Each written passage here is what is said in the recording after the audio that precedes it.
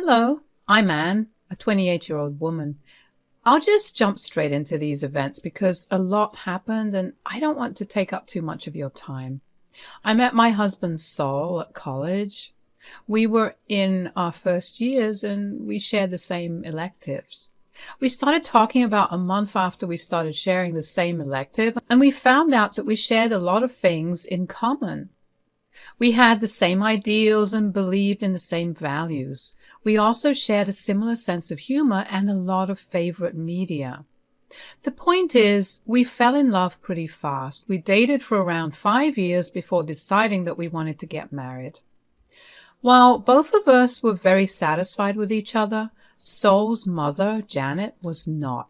She hated me instantly. Keep in mind, the first time I met her, we met at a restaurant. I made sure that I dressed and behaved appropriately. She still took it upon herself to belittle me and make fun of me the entire time.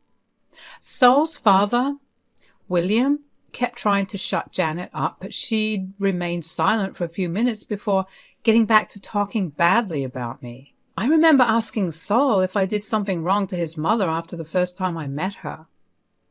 "Saul, did I do or say something that your mom didn't like?" "Absolutely not. I was just going to apologize for her crappy behavior. I really am sorry she said all that. You didn't deserve that." "Why do you think she was being so mean?" "I know this isn't an excuse in any way, but this could just be a plausible reason. I'm the only boy in my family, and she's always had a soft spot for me. I guess maybe that's why." "Even if that's the case, shouldn't your happiness be the one thing she wants? I mean, I make you happy, right?" "Of course, my love. I wish I could explain to you why my mother behaved that way, but I can't. Although I can tell you that no matter what she says or does, it will never change the way I feel about you." "Are you sure?" "Absolutely. You're the best thing that has ever happened to me. I'd be crazy to ever let you go." I felt reassured after that. We continued to be happy with each other. Of course, Janet kept trying to say things against me, but Saul would always stand up for me. Janet didn't like that, and that only made her hate me more. I learned to just ignore her over the years. Janet's hatred for me only got worse after Saul and I got married, but instead of having to deal with her constantly, we decided to go low contact with her. For the next few years, we only saw Janet at family gatherings and on birthdays. That, of course, never stopped her from belittling me whenever we saw each other. But I ignored her always. Aside from that, life was going really great. As the saying goes, all good things come to an end. Things started to go downhill when I got a promotion at work. The promotion involved putting in extra work for a whopping 50% increase in pay. I didn't mind the extra hours, but I knew that it would be wrong of me to make a big decision like that by myself. I discussed it with Saul, and both of us agreed that it would be a smart move to make. We didn't have kids to worry about, and it would have benefited our household. And so I began working longer and harder hours. Whenever I came back home, I would be way too tired to function. At first, Saul was very caring and loving. He would have a bath prepared for me and a hot meal waiting. Obviously, with the shift in my schedule, there came a shift in how we divided our house chores. Earlier, I would get back home before Saul, so I would make the meal. But now the duty shifted to him. Of course, with the tiredness came the need for rest. I spent a lot of my weekends just laying and resting in bed. The rest of the weekend was spent cleaning up the house, doing laundry, and going grocery shopping. Every other weekend, Saul and I would go on a date. I tried my best to create a good balance between my professional and personal life. Everything was going pretty well until I was given a huge project to manage.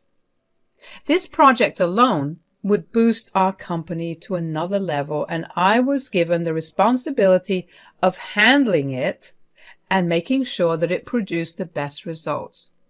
The project required me to spend quite a few late nights at work. Saul's behavior didn't change at first, as in he was still the same caring and loving husband, but as the weeks wore on, I began to notice a change in his behavior. Another thing I began to notice was the increased visits that Janet had begun to make at our place. She would be there every time I came back home, but she would leave immediately after. After she would leave, Saul's mood would be pretty sour and low. For a week, I tried talking to him for an entire week, but he never budged. I figured he needed some time and just let him be. I poured myself into work and didn't even make it back home some nights for the next week and a half. That only seemed to make Saul's behavior worse, so I had an inkling about what was happening. The next weekend, I decided to set my foot down and confront Saul about what was going on. Saul, what's going on? It's nothing. It's not nothing.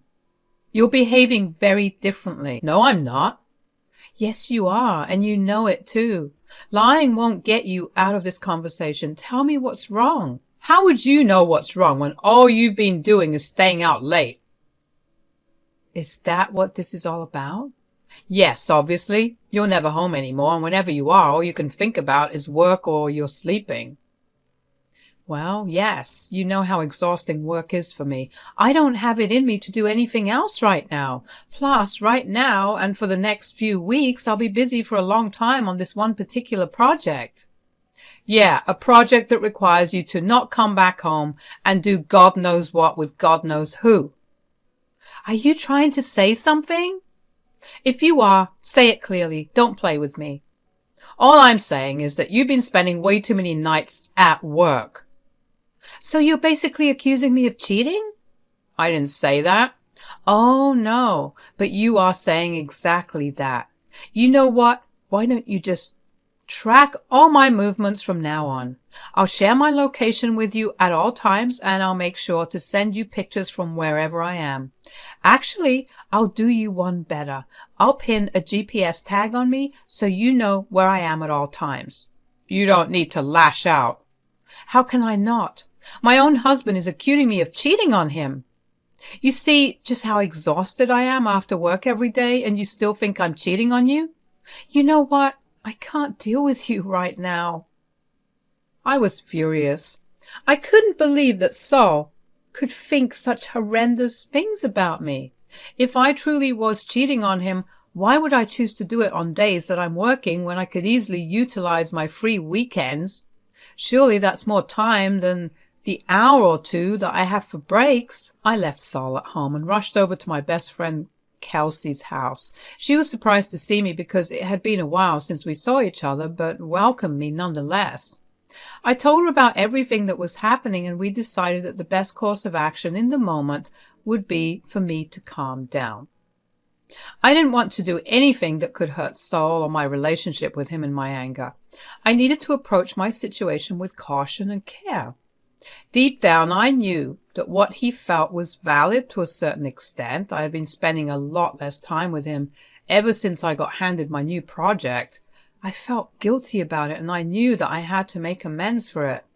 At the same time, to immediately jump to the conclusion that I was cheating was atrocious.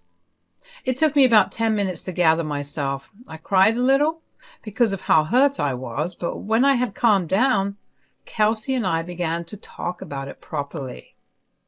So, what led to all this happening? I mean, I get why it happened. I've been out too late and we haven't been spending much time together. That's fair. But don't you think that accusing you of cheating is taking things a bit too far? He could have gently talked to you about it instead of jumping the gun. That's true. I just don't know what to do about all this. I've done nothing to even imply that I've been cheating, other than me working late, of course, but even then. He knows just how disgusted I feel about cheating, so for him to think of me doing something like that is upsetting as hell. I bet. Do you think something must have happened for him to think that? What do you mean? I don't know, like maybe he was watching things that made him overthink your activities and behavior, or someone was telling him something and that's why he thought that you were cheating? You know, now that you mention it, I have been seeing Janet at our place a lot more often now. Oh, doesn't she hate you? More than anything. I bet she's been feeding him this nonsense. Absolutely. Although I do have to say that you and Saul need to talk, because if it took this little for Saul to view you negatively, there's something wrong happening. I agree.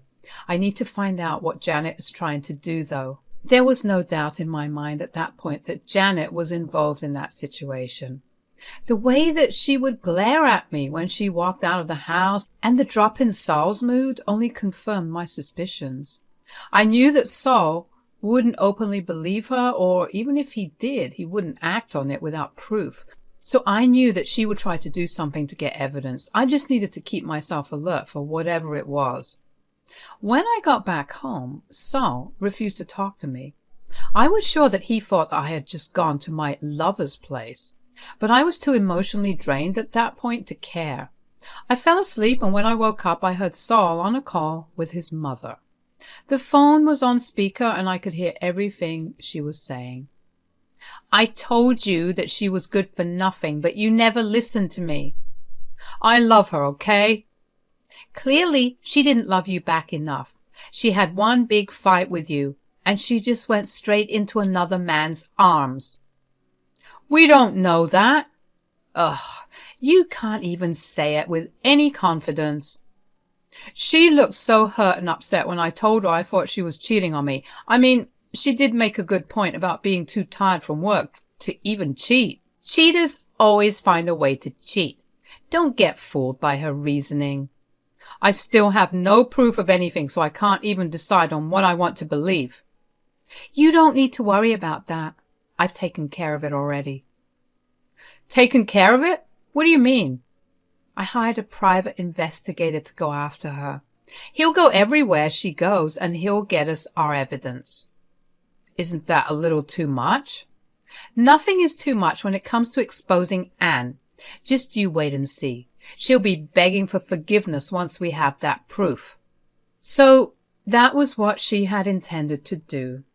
It felt jarring to hear her talking to Saul that way, and him barely defending me.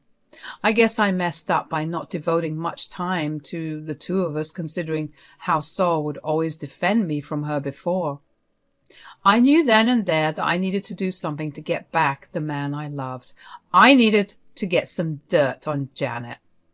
The next week, I kept an eye out for whoever was following me. It wasn't that hard. Everywhere I went, there was this one red car parked just a little away from me. The first few times I spotted it, I thought it was a coincidence I was seeing the same type of red car.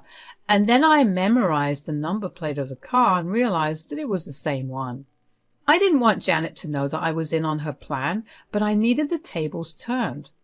One night, while I was staying back at work, I decided to go downstairs to where the car was parked. It was pretty late, and the man inside was asleep. Janet really knew how to pick a good PI. I didn't care that he was not a good PI. In fact, I had a feeling that it would only work in my favor. I approached his car and knocked on his window. The man was startled awake, and his eyes widened when he saw me. I mentioned for him to roll down his windows. I asked him what his name was, and he reluctantly told me that it was Todd. Hey, Todd, I've noticed that you've been following me around for quite a while now. Oh, it's nothing like that. Then why have you been parked here every night that I'm in the office and only leave when I leave? Sometimes I even see you parked a little away from my house. It's all just coincidence. Save it. I know you're Anne's PI. Please don't tell her that you found out. I owe her a favor, and that's the only reason I took this on. She'd make me do more work for her if I failed at this, and I really want to be done with her. All right, then. I want you to double-cross her. Double-cross? Yeah, I want you to collect dirt on her instead. Did she tell you what she planned to do with the evidence she got from you? Oh, yeah. She went on a whole rant about it. She told me that your anniversary was coming up in a month and she was going to throw you guys a party and reveal it there in front of everyone. Wow, she was that sure about me cheating, huh? Anyway, I want you to find out whatever you can about her and give that evidence to her so she can expose it at the party. Keep up the pretense that you're looking into me. What do I do if she asks for updates? Tell her you're busy and that you're working on it, but you've found some things. All right. Thank you so much for not telling her a thing. I know how horrible she is. I understand your pain. It was actually pretty funny to see the very PI that Janet had hired was so against her. I didn't actually think that Todd would find anything, but knowing that he wasn't actively spying on me the way that Janet wanted was a satisfying feeling, although I couldn't believe just how much faith Janet had in me cheating. She wanted to humiliate me, and I couldn't help but feel like Saul also wanted that. Of course, I had no way of knowing at that point whether Saul knew about her plans, but the thought of him knowing and agreeing to publicly humiliate me hurt me like crazy. So I decided to give him the benefit of the doubt. I figured since Janet had already hired a PI without Saul's knowledge, she wouldn't have told him about the surprise anniversary party. Saul and I's relationship didn't get any better or any worse in that month. We didn't speak much to each other, but there were still moments when we let each other know that we cared for them. He would still always have a hot meal ready for me, and I would make sure to buy him all his favorite treats, and once a week I would bring home his favorite dessert from his favorite restaurant. Even though no words were spoken, there was an understanding that we just needed time to sort through our emotions. Saul and I did talk from time to time, but never broached the topic of me cheating. And I was okay with that. I knew that I just had to wait for our anniversary to come, and then things would get sorted out on their own. Finally, the time came for our anniversary. Janet called us very early in the morning to come over to her place for brunch. Saul seemed confused when she asked us to come over, and that only made my suspicion about him not knowing her plans even more solid. We got ready and headed over. Once we got there, we noticed a lot more cars. Turns out she invited my parents, my siblings and their families, and Saul's siblings and his family. Saul seemed very surprised, yet happy to see everyone. We put aside our issues to maintain a facade in front of the rest of our family. Even though I knew that Janet had gathered everyone there to humiliate me, it felt really nice to spend time with them. We had brunch, and the table was full of chatter and laughter. After lunch was over, Janet announced that she had something to show everyone. We huddled into the living room where she plugged the USB in. She prefaced her little surprise by telling us that for the longest time she had always hated me. She wanted nothing more than the best for Saul, and she went out of her way to find information about me cheating on him. You could hear a pin drop in the room at that point. The entire mood shifted at that point. Everyone was uncomfortable. I felt Saul tense up beside me, but I remained calm. She called on me and told me since I was the one that was cheating, I needed to be the one that showed everyone the evidence. I confidently walked up to the TV while Janet walked over to where I was seated next to Saul. She smirked at me as I opened a file called Evidence, and as soon as the first picture loaded, I felt the same shock that everyone in the room experienced. The first picture was of Janet and some other man kissing at a bar. I continued to go through the rest of the pictures, and they only showed various other places that Janet had gone to with the same man, including her house. Janet had grown pale while everyone else looked at her in disgust. I felt the worst for William. He looked angry and sad at the same time. When we finally got to the end of all the pictures, the room was silent for a minute before William finally spoke up. "What is this, Janet?" First of all, you sought to expose Anne for cheating on Saul. Why would you put her through something like that? I only wanted the best for Saul. Or you just wanted to humiliate Anne because you don't like her.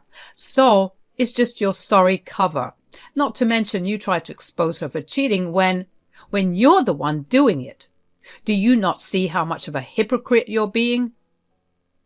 That was not supposed to happen. I don't know how, but I just know that Anne has done something here. I didn't do anything. You tried to ruin my relationship, so I had no time to involve myself in your shenanigans when I was busy with work and fixing my relationship. Don't lie. What did you do? Stop trying to pass off your problem to Anne. Stop doing what you did with Saul. Your truth is out. So own up to it. She knew I hated her. She did this to humiliate me. I don't see an issue with it, when that was exactly what you were trying to do as well. So, you believe me, right? You know that she has been cheating on you, right? I don't think so anymore. I feel pathetic that I even listened to you. You almost destroyed the best thing I've ever had because of your selfishness. I never want to see or hear from you again. You will have exactly 1 month to move out of this house. I'll have the divorce papers handed to you before that. I couldn't believe how well things worked out in my favor. A few days later, with a little bit of research, I managed to find Todd.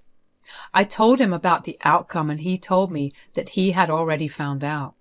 Janet had called him to yell at him, but he simply told her that he had done his favor for her and hung up and blocked her.